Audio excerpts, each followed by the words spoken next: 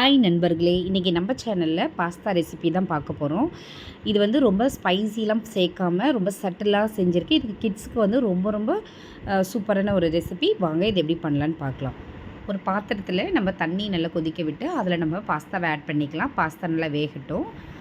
இப்போ பேன் நம்ம ஹீட் ஆகட்டும். பேன் ஹீட் ஆன உடனே நம்ம வந்து பட்டர் அல்லது நம்ம கீ சேர்த்துக்கலாம். என்கிட்ட கீ இருந்துச்சு, நான் கீ ஆட் பண்ணியிருக்கேன்.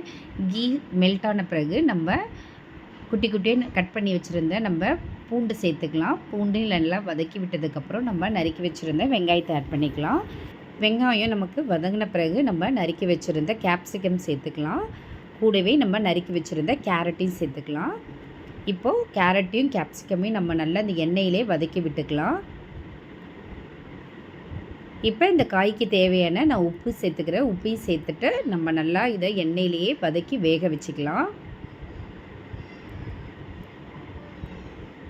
காய் நல்லா இப்போ வெந்துருச்சு, ஓரளவுக்கு நமக்கு வெந்துருச்சு. ஸோ இந்த ஸ்டேஜில் இப்போ நம்ம வேக வச்சுருந்த பாஸ்தாவை நம்ம இப்போ ஆட் பண்ணிக்கலாம்.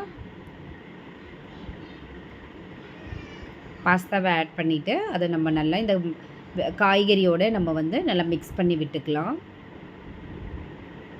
பொறுமையாக நம்ம மிக்ஸ் பண்ணி விட்டுக்கலாம். மிக்ஸ் பண்ணதுக்கப்புறம் நம்ம ஒரு திக்கான பால் இருந்தது, அந்த பாலையும் நான் ஆட் பண்ணியிருக்கேன். பால் ஆட் பண்ணதுக்கப்புறம் இதை நம்ம நல்லா மிக்ஸ் பண்ணி விட்டுட்டு நம்ம மூடி போட்டு விட்டுடலாம். மீடியம் ஃப்ளேமில் இருக்கட்டும், ஒரு 5 மினிட்ஸ் பார்ப்போம். இப்போ பாருங்கள், சூப்பராக நமக்கு பாஸ்தா ரெடி ஆகிடுச்சு.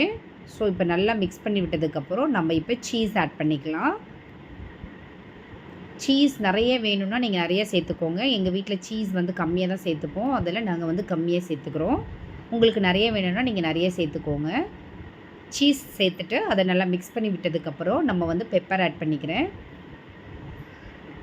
பெப்பர் ஆட் பண்ணிவிட்டு நல்லா மிக்ஸ் பண்ணி விட்டுக்கலாம். இப்போ நமக்கு பாஸ்தா ரெடி ஆகிடுச்சு.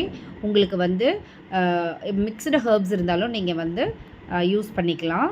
இந்த ரெசிபியை கண்டிப்பாக வீட்டில் ட்ரை பண்ணுங்கள். Thank you so much.